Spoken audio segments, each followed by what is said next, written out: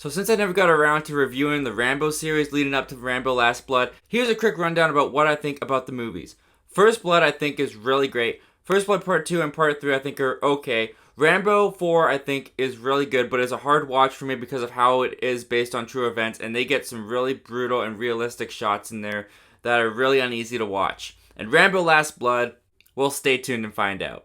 Hey everybody, and thanks for clicking on this video and checking out my channel. So last night I went out with some friends and I checked out the newest film in the Rambo series, Rambo Last Blood. So I wanted to jump on camera and give my thoughts and opinions about it. If you want to give your thoughts and opinions about this movie, I welcome you to do so, and I'd love for you to do so. Just comment all your thoughts and opinions down in the comment section below, and let's get a fun conversation going. And with all that out of the way, let's talk about Rambo Last Blood. Directed by Adrian Grunberg, Sylvester Stallone returns for his iconic role as John Rambo, now living a peaceful life watching over his niece Gabrielle, played by Yvette Monreal. When Gabrielle is kidnapped, Rambo must go full Liam Neeson and unleash his wrath upon her captors, the Mexican cartel, in hopes to bring his niece home. So starting off right off the bat with the star himself, Sylvester Stallone, returning to this iconic role, I thought he killed it returning as John Rambo in this movie. Since Rambo has now kind of settled down and he's kind of softened a bit through his relationship with his niece, I did see Rocky Balboa in the beginning of this film, and I was kind of thinking to myself, oh man, he's just playing Rocky. He doesn't feel like Rambo. But the moment that the beast inside of Rambo awakened, and he just gets that moment in every Rambo film where he snaps, you really see that snap come through in this movie. And the way that he transitions from the somber, kind of softened Rambo to hardcore savage Rambo is a really great turn. You really see it in Sylvester Stallone's eyes. You see the fire come out in John Rambo. And he is just so savage in this movie. But he is savage in a different way than he is in, say, Rambo 4, where he's very savage and there's a lot of blood and guts and gore in that movie. In this movie, Rambo is mad. Rambo is ticked off. He has been messed with. You don't mess with Rambo, and he shows it in this movie.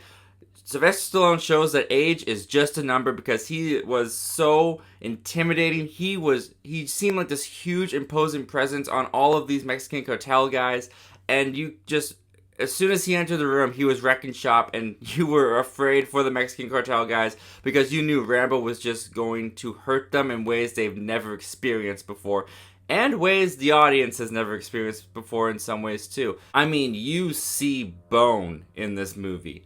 And it is brutal, it is so violent, but in all the satisfying ways. Because what this movie does really well is it takes all these Mexican cartels and these bad guys, and it paints them in such a terrible light. You hate these guys. These guys are horrible. And the film does a really good job making you despise these people, so that by the time the third act comes around, and Rambo does to these guys what Rambo does to these guys, you're rooting for it, and I was very, very satisfied with it. As far as the rest of the performances go, besides Sylvester Stallone, I thought everyone did a pretty decent job. The actress who plays his niece, Yvette Monreal, for the most part in the beginning, she's just kind of the stereotypical teenage girl. There wasn't much to the role to bring out, so I kind of could have seen any other actress play in that role. She didn't really bring anything too special to the role, but there wasn't that much to bring to the role based on what the character had to work with. These characters are not fleshed out at all. They're very shallow. But what did you expect from Rambo Last Blood? Well, when she is kidnapped and she's in the situation that she's in, she does bring more emotion and the terror and the fear that would come from that character in that situation and in that scenario. So I thought she did a really good job pulling that stuff off. But as far as the rest of her performance goes, and like everyone else's performance, they don't really stick out too much. The characters are not fleshed out. You don't really get to know anyone in this movie. Even John Rambo, to a point, is not really that fleshed out of a character. I really only cared about Sylvester Stallone as John Rambo because it was Rambo, and I've seen the other films to get to root for Rambo. If this was my first kind of movie, I don't think I would care too much about anyone in this movie, even John Rambo. And all that being said, that does kind of take me into kind of the negatives that I found in this movie. So, a large majority of this movie, the story of this movie, is really heavily inspired to almost a complete ripoff of the movie Taken with Liam Neeson in 2008. And because it was so close to the movie Taken and it had so many familiar beats and a familiar story and premise as Taken, it was a bit distracting to me. I couldn't really get that out of the back of my head that I'm watching Taken. This is just Rambo in Taken. Or I would say the second act of the movie, that's what this movie was. It was Taken starring Sylvester Stallone as Rambo.